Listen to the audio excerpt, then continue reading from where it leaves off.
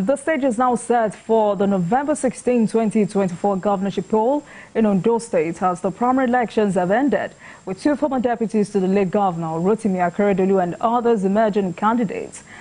Yes, Governor Lucky Aiyedatiwa emerged as the APC governorship candidate in a primary election held on Monday, April 22nd, 2024, with 48,569 votes. The outcome of that primary election has continued to generate reactions from other aspirants. As we speak, Senator Jimo Ibrahim has called it a mega fraud. So tonight, let's get more insights into what is looking like an unending battle in Ondo State chapter of the All Progressives Congress. I am joined by Comrade Akinlade Frank Abayomi, State Co-ordinator, Movement for Better Governance, Ondo State chapter, who joins us from our Abuja studio.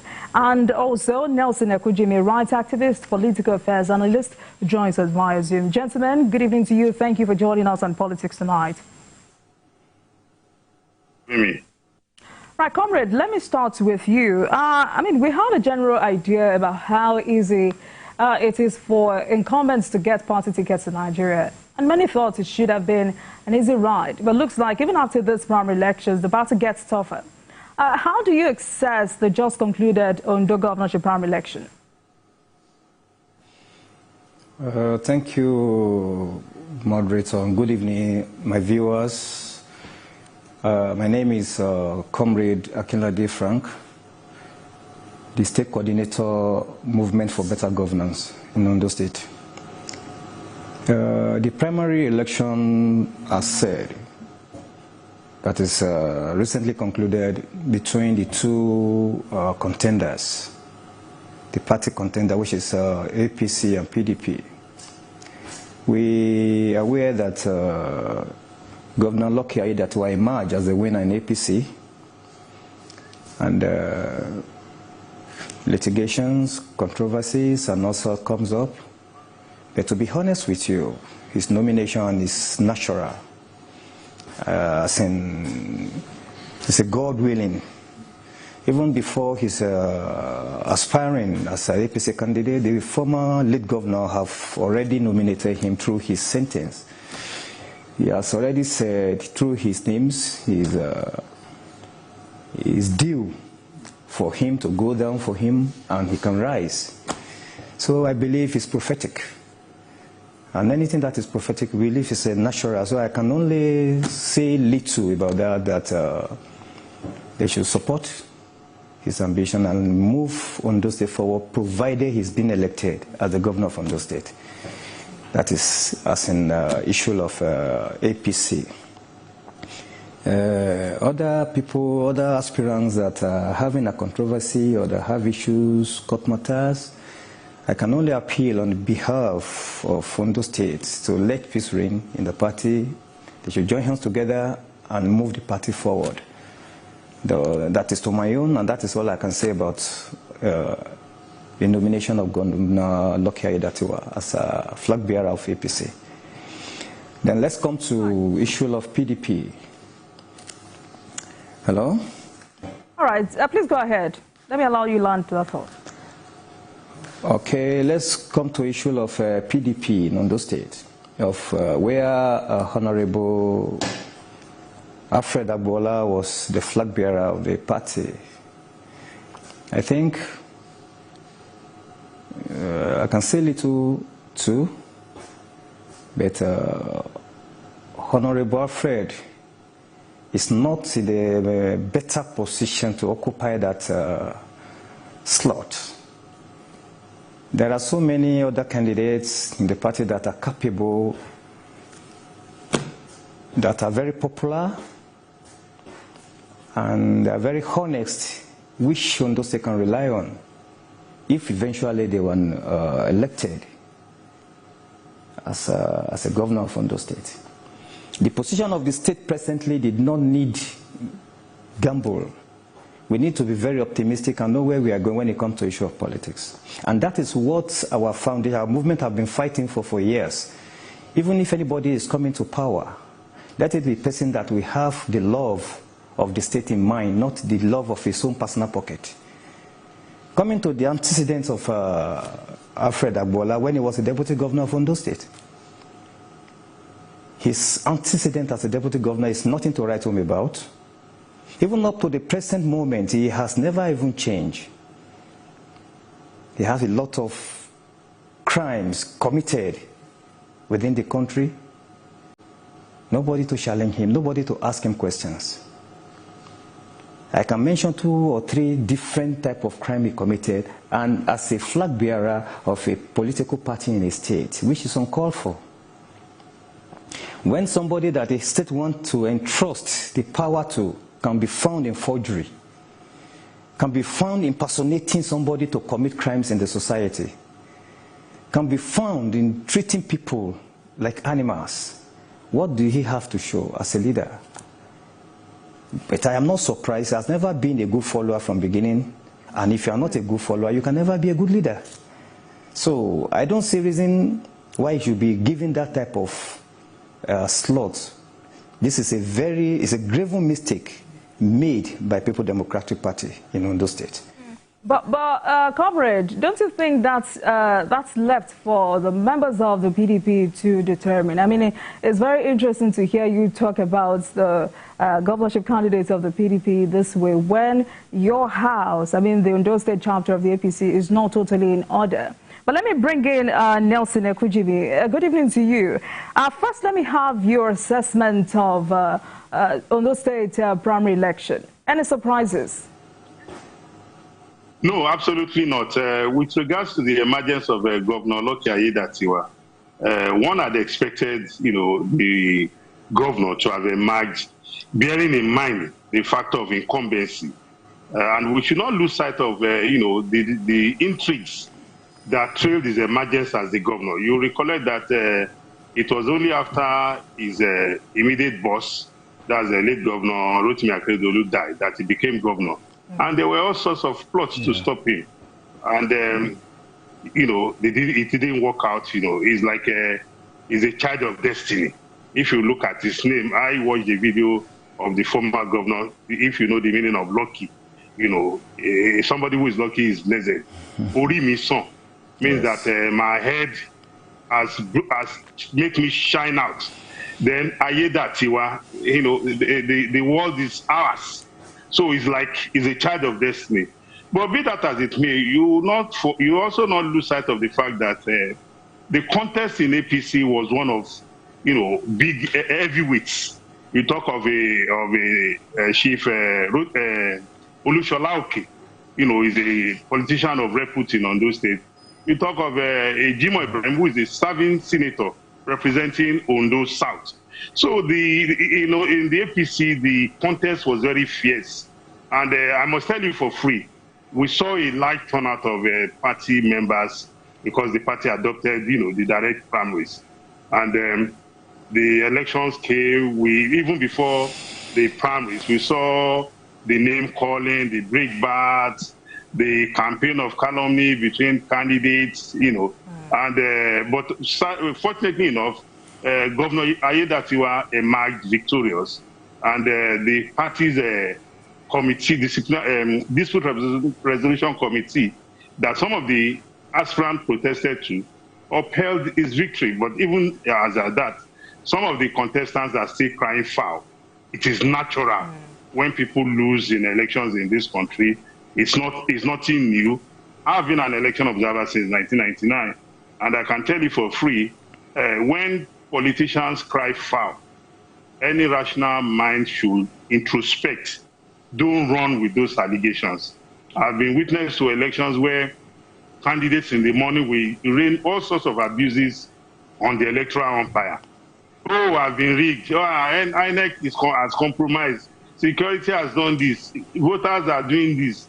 They are buying voters. And lo, at the end of the day, that same person that was crying foul emerged victorious in the evening with the same mouth. Mr. Ekujimi, would you say the governor was indeed tactical in his approach, or the power incumbency played out here? Because, I mean, one of the prevalent stands out there is that the basis of this grouse is that Governor Aiyedatiwa was picked by former Governor Akeredolu in the aftermath of Ajayi's defection to the PDP to reap the utmost benefit of what he didn't labor for.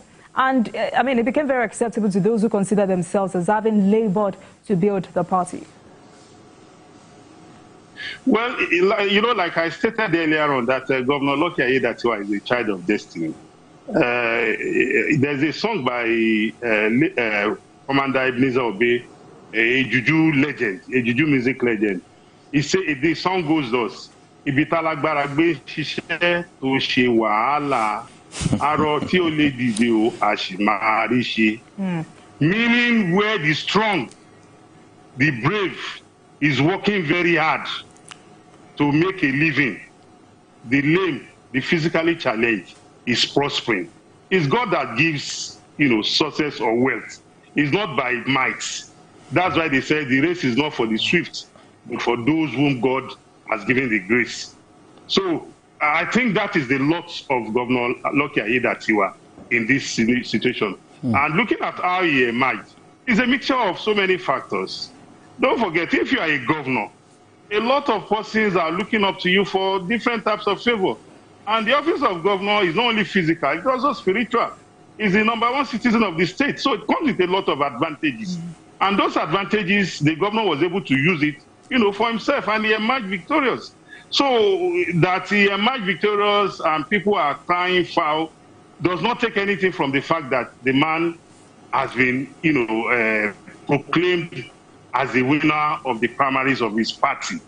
Then talking about the PDP, we saw that they conducted, an indirect primary, and the former deputy governor of the state, Agbolaja, emerged.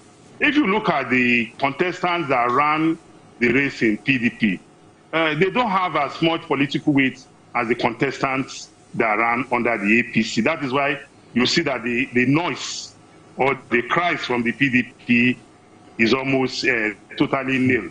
But in the APC, it's still there. So, like I said earlier on, I remain on it. I've looked at the trajectory of Governor Lucky Aiyedatiwa, and I can tell you for free, it's like, whom God has blessed, let no man curse. So, Comrade Akinlade, let me come back to you.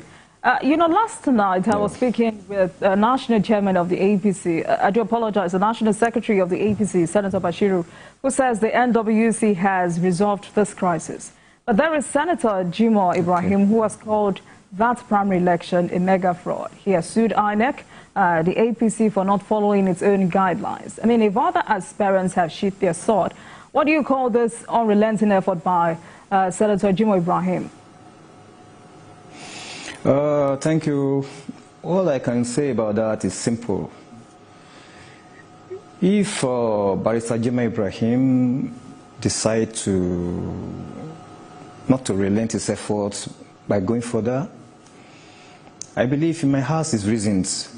But to me personally, according to what I've said earlier on, Governor Lucky Aiyedatiwa was destined to be in that position. He himself did not even plan for this, but I believe when God said, this is where you belong, you cannot change it. People in Ondo State can bear witness, before Lucky Aiyedatiwa come to this point, he passed through so many things. But when destiny said, this is where you belong, you don't have your choice. So that is why I am appealing to all other contestants, all other aspirants. They should cooperate according to what the party wants, to support him, to support their party so that they move forward. There is nothing anybody can do about it. When God says yes, I believe nobody can say no. So that is what I can say concerning the candidature of Governor Lucky Aiyedatiwa in APC. Governor, if you look at the aspirants in the APC, they comprise of important and weighted aspirants. It's there we see Barrister Jimoh Ibrahim. We see the likes of Barrister Olushola Oke and sort of them. These are the people that are grassroots politicians in the state. And if you look at it, all of them are contesting under this very party, of which Governor Aiyedatiwa is just, I can say, it's not as big in the politics in Ondo State as they are. But God said this is where he belongs. So it is the time, right time, everybody should accept fate and let the man go so that he can be focused. If eventually elected, he can be focused to drive the will of this state to the next level. So that is what I can say concerning APC. So I'm coming back to the other party, as I've said earlier on. I am still maintaining it. There is still time, because nominating Barrister Alfred Agbola as a candidate of that party is dead on arrival. There is nothing he has to offer this state. Maybe the party can even be aware that they have so many criminal records in the state, of which I can mention few here. Presently, he has a case in Akure where he sent somebody to go and steal a car. The car is in state command now, the case is in the court. He refused to pay after several years, even is denying, if not until when this person is said, mentioned that he's the one who sent him. Presently, he's impersonating his father-in-law, buying property, taking EFCC to court on somebody's property, a property that belongs to Sheikh Ziyadet Nigeria Limited. He has been living in this property at 14B, Abimbola Okulaja, since last year. He didn't pay. He refused to move out of the property. He's suing the EFCC in the name of his father-in-law, going to court. Kingsley Babatunde Abayomi, an 80-year-old man. Presently, the case is in court. EFCC aware that this is the position of him. They did nothing about it. They didn't call him for questioning. They didn't call him for arrest. Even the police department have invited him several times. He didn't show up to come and give a statement of impersonation. He forged the signature of the man. He's using it in the bank. He's using it in politics. And nothing this country did about it. If we could remember what recently during the interview of Chief Edwin Clark, all these politicians of today, they've forgotten where they started. The minute they come to power, they become something else. They forgot they started from the grass, as a nobody. Okay, now let me tell you, somebody that is impersonating people, taking what didn't belong to you, committed crimes here and there. How can we entrust the safety, the treasury, the future of a state into his hands? What will be the future of the common man in the state? This is what he has been. Even as I am talking, hello? Comrade, this is what I'm saying. Yeah, I'm with you.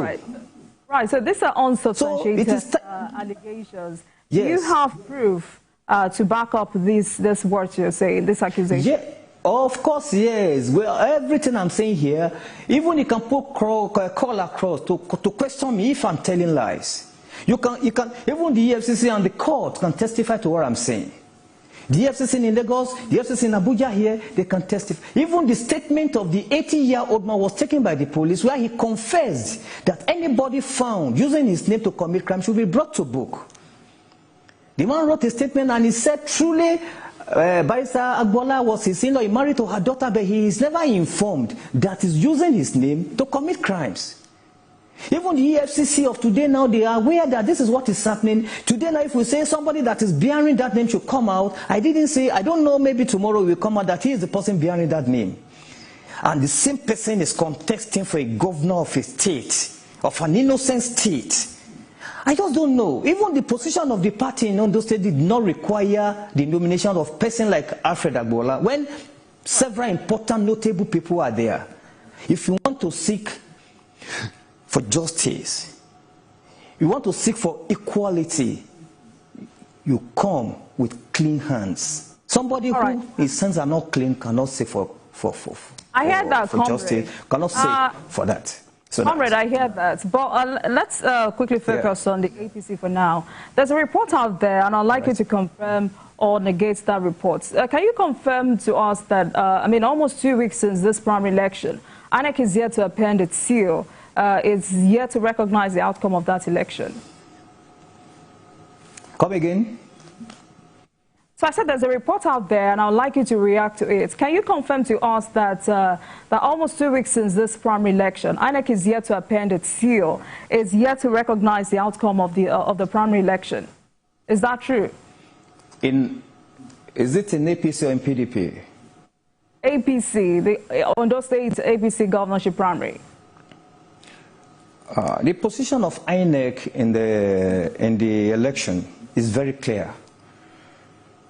And it has been announced by them that Governor Lucky Aiyedatiwa duly won the election.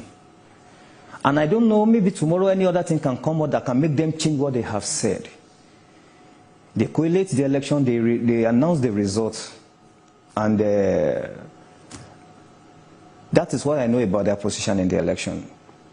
And presently, the people that are going to court, the people that even cry foul, some of them have come back to say, okay, I've accepted fate, let us move forward. But tomorrow, I don't know the position of INEC about the matter. Maybe what they said earlier on will be changed. I cannot say precisely.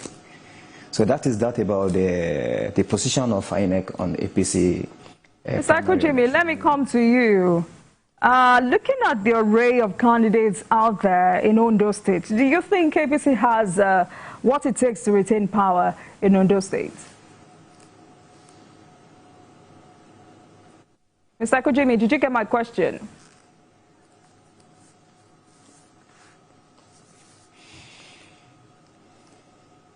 Mr. Ekujimi, can you hear me?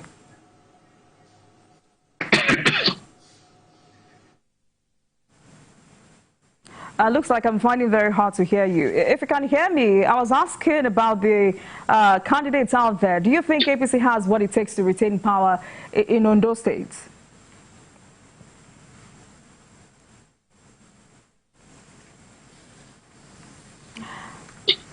All right.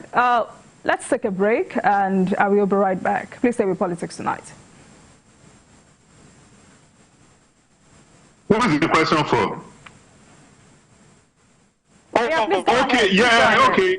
I heard you loud and clear. I thought you were talking to the other man in the studio over there. Well, I think I can hear you loud and clear. Can you hear me too? All right. Yes, please go ahead, Mr. Nelson. Can you hear me? Hello? Yes, please go ahead. I can hear you. Mr. Ekujimi, if you can hear me, please go on. All right, comrade, let me come to you while... If you can hear me, I can hear you loud and clear. Yes, please go ahead. In the courts of the APC...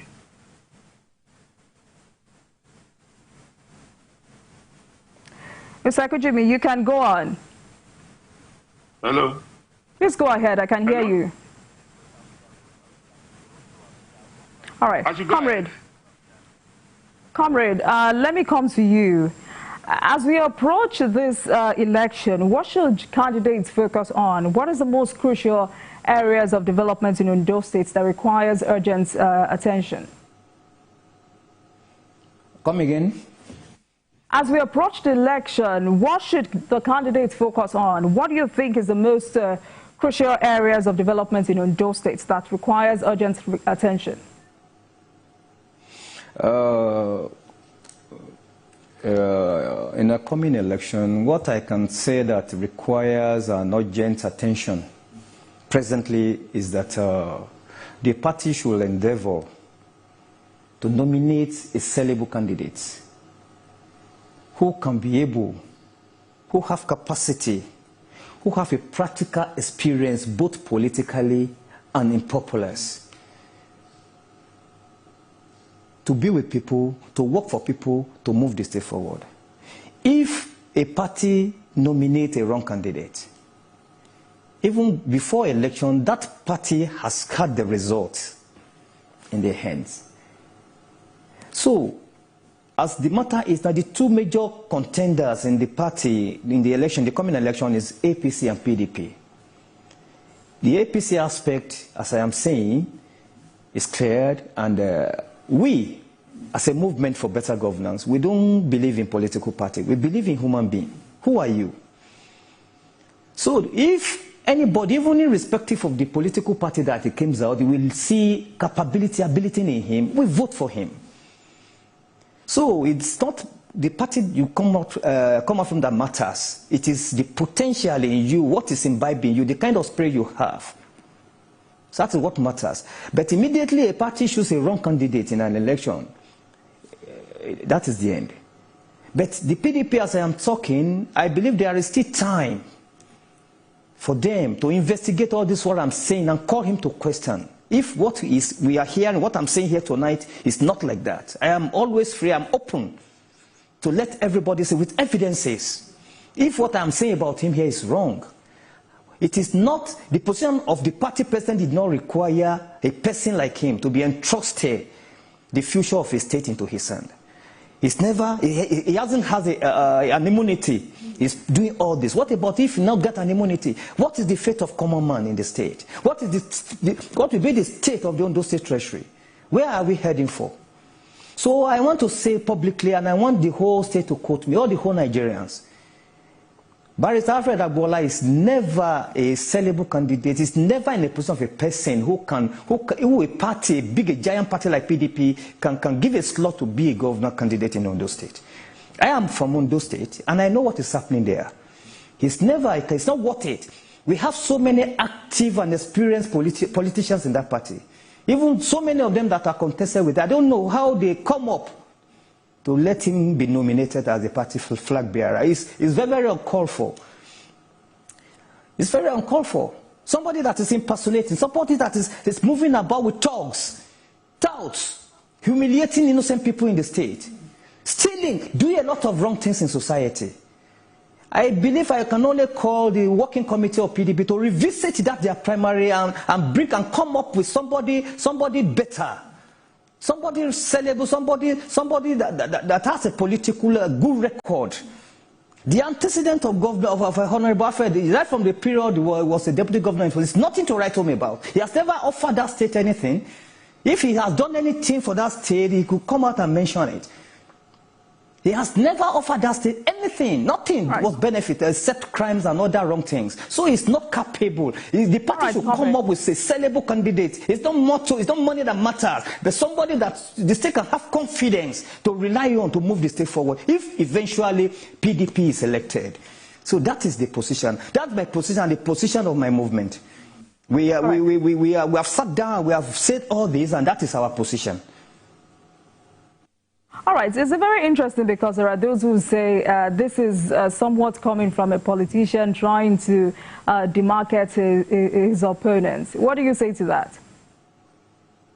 Who? Come again? I'm saying everything you've said now, because I've asked if you have proof to back this up. Do you have any documents here to back up all of this you're saying? Before I pronounce this, I'm well read and lettered, and I want to tell you I'm a Nigerian. I have every evidence. If what I am saying here, I know one day this will get to him, let him go to court to come and challenge what I've said, if it is wrong. All right. Let him go to anywhere to challenge me and let me come up with all what I've said. My principal, because sometimes ago, Sheikh Ziyad is a very large company. I'm one of the directors, I'm the operation director in that company. All what I am saying, I have records, but my principal is somebody that is so quiet, is not into politics, not interested in politics. He believes in human being, and everything that God gave to him, he used it for humanity. In person of Mr. Aditu Oluwasegun, is the chairman, managing director, and chief executive officer of Sheikh Ziyad Nigeria Limited, and also the director of Showboy Motors.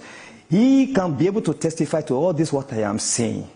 The property that we are saying in question, we have visited there for several times to evacuate in Norway. He's using a political power. He even put thugs and police to guide the place to chase people away. Imagine.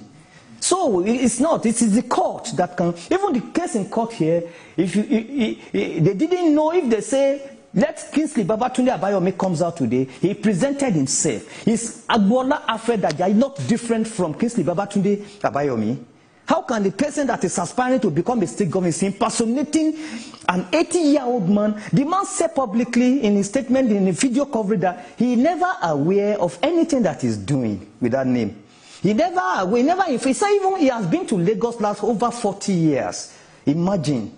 So how can a person that is aspiring as a governor of a state can go to that length? What is he looking for? All right, comrade, I hear that. I hear that. Comrade, Mr. Ekujimi, are you back with us? I'm back with you. All right, so I mean, Hope you can hear me. Yes, I can hear you now. So I was asking, if you look at the array of candidates out there in Ondo State, do you think APC has what it takes to retain power in Ondo State?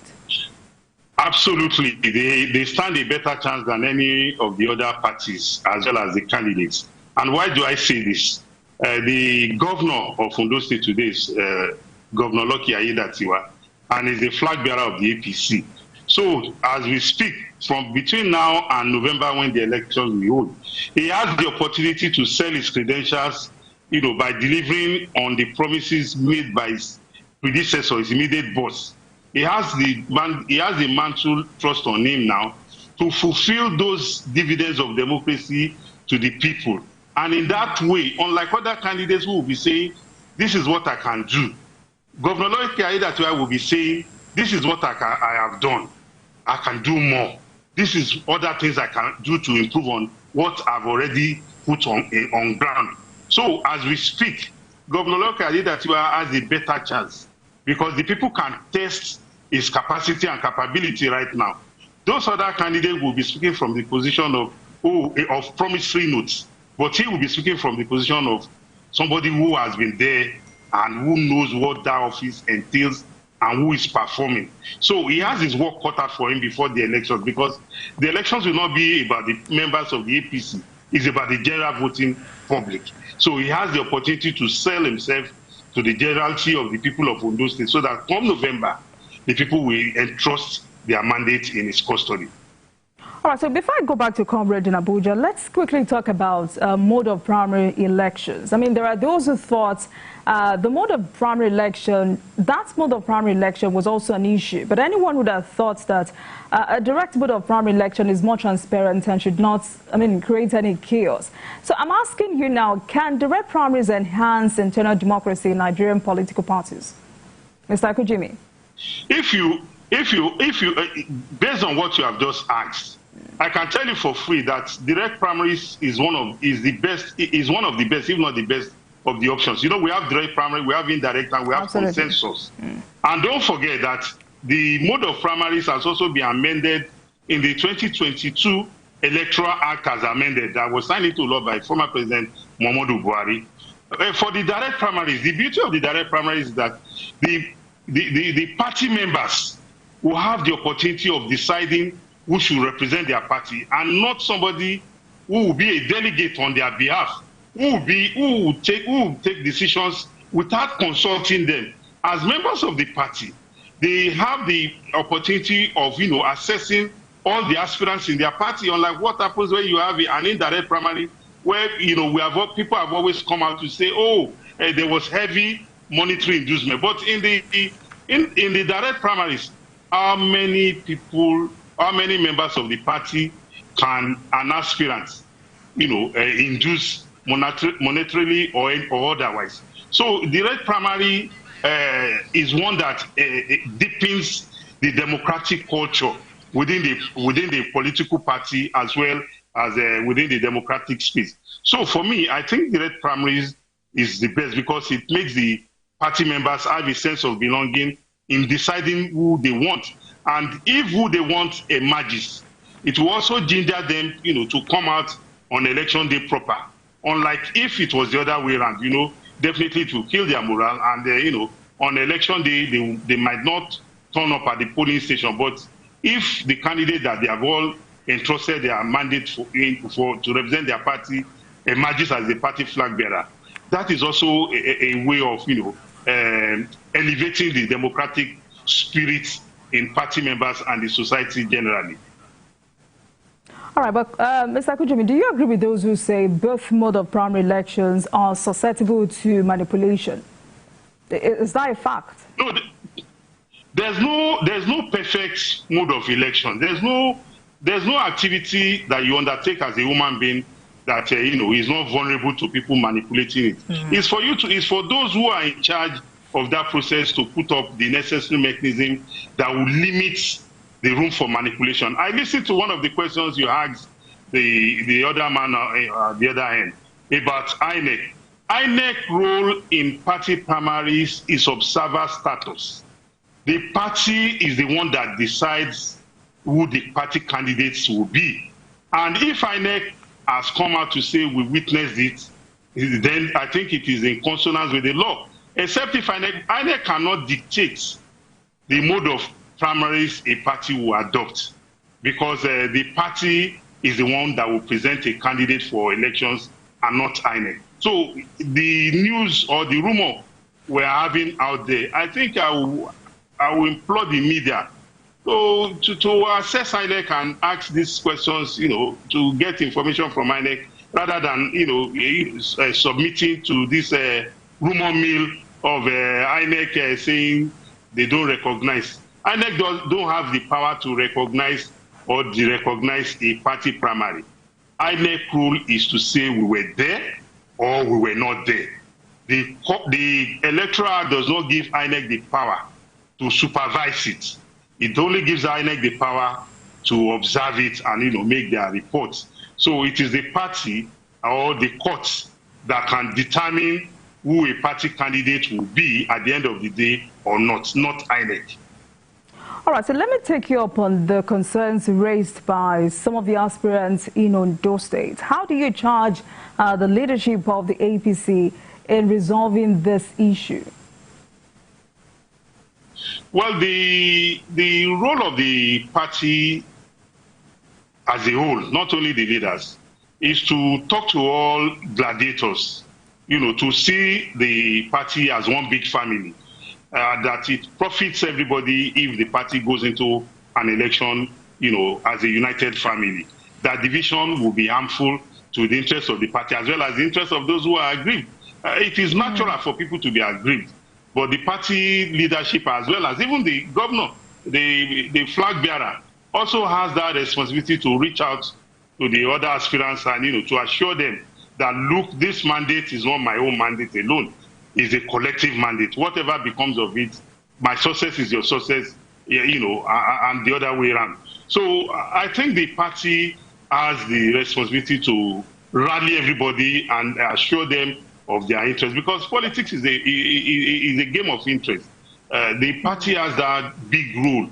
Now, even those who say they are going to court, is within their democratic rights to challenge it. But you must recognize that in going to court, you go to court with facts, and those facts are facts that the court must be convinced beyond reasonable doubt.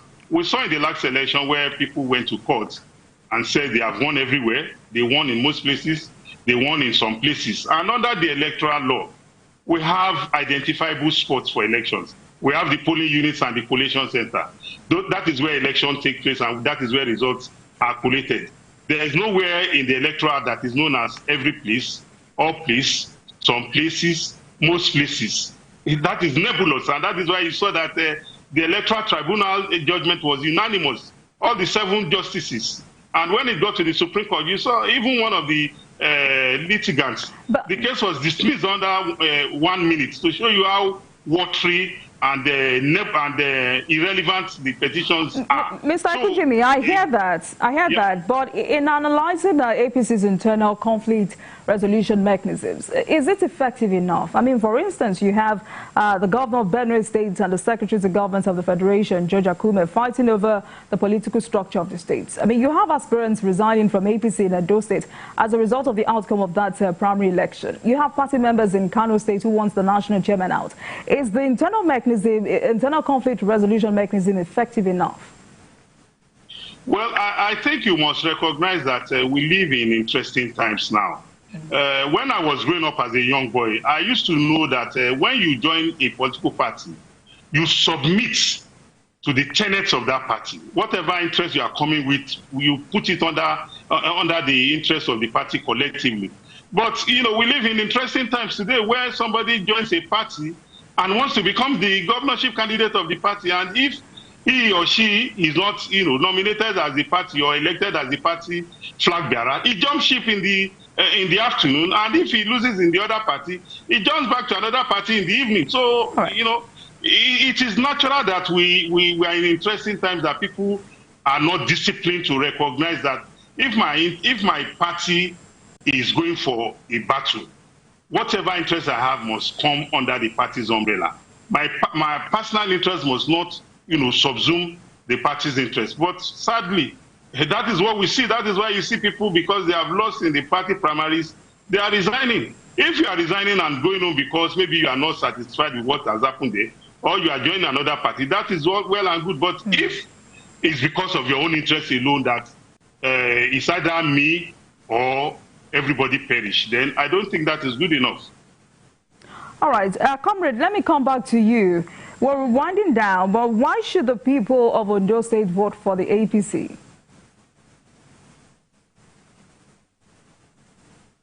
Comrade, are you there?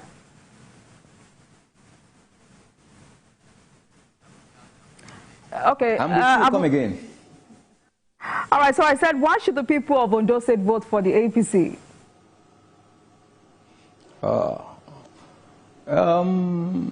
Firstly, the people of Ondo State, it is not the party that matters this time. We in Ondo State, formally we follow party. But with the previous things people in Ondo State have went through, it is now human being we follow. Governor Lucky Aiyedatiwa, since when he took over from his boss, have been performing very well in that state. And according to the other speaker, he can use that as a yardstick to prove to the people of Ondo State his capability, what he can do more. That is different from the person that has nothing to show the people of Ondo State that this is what I have done before. He can be able to tell Ondo State people 2, 3, 4, 5 different new things that happened since when he come to the office after the death of the former governor. This is quite different. These are the things people can see. They can be able to see what he can do more. The person that can be able to point to 1, 2, 3, 4, 5 things that he has done. If that person tell you he has another 5 or 10 things to do, you won't doubt it. You cannot compare him with somebody who has nothing to offer, who has nothing in record, who has nothing to say about that. This is what I have achieved, even when I have a small office. This is what I have done, even in the local government where I come from. This is what I have contributed to the development of that state. So this time around, Ondo State people don't vote for party anymore. We vote for human being. All right. So if Governor Lucky Aiyedatiwa have been able to do more in what he has been doing, Ondo State people will vote for him. All right, if he didn't change. So that is it. All right, I guess we can end the show. Coming to the other side. Comrade, I am using this medium. Are you there? All right, Are you with in me? 30 seconds, land your thoughts in 30 seconds, please. Yeah, thank you. I am using this medium. We, as a movement, we are advising the body of PDP in Ondo State to go back to their drawing board and find something to do in respect of nominating. Thank you so much, Comrade. There are so many other. All right, thank you so much, Comrade. That's our time on the program tonight. I mean, as the APC works assiduously to keep its house in order and stay united, the weeks and months ahead in the build-up to this election would be intriguing, and we'll be here to bring you more analysis as these events unfold. Gentlemen, thank you so much for joining us on the program. Nelson Ekujimi, rights activist and political affairs analyst, and Comrade Akinlade Frank Abayomi. Thank you, gentlemen.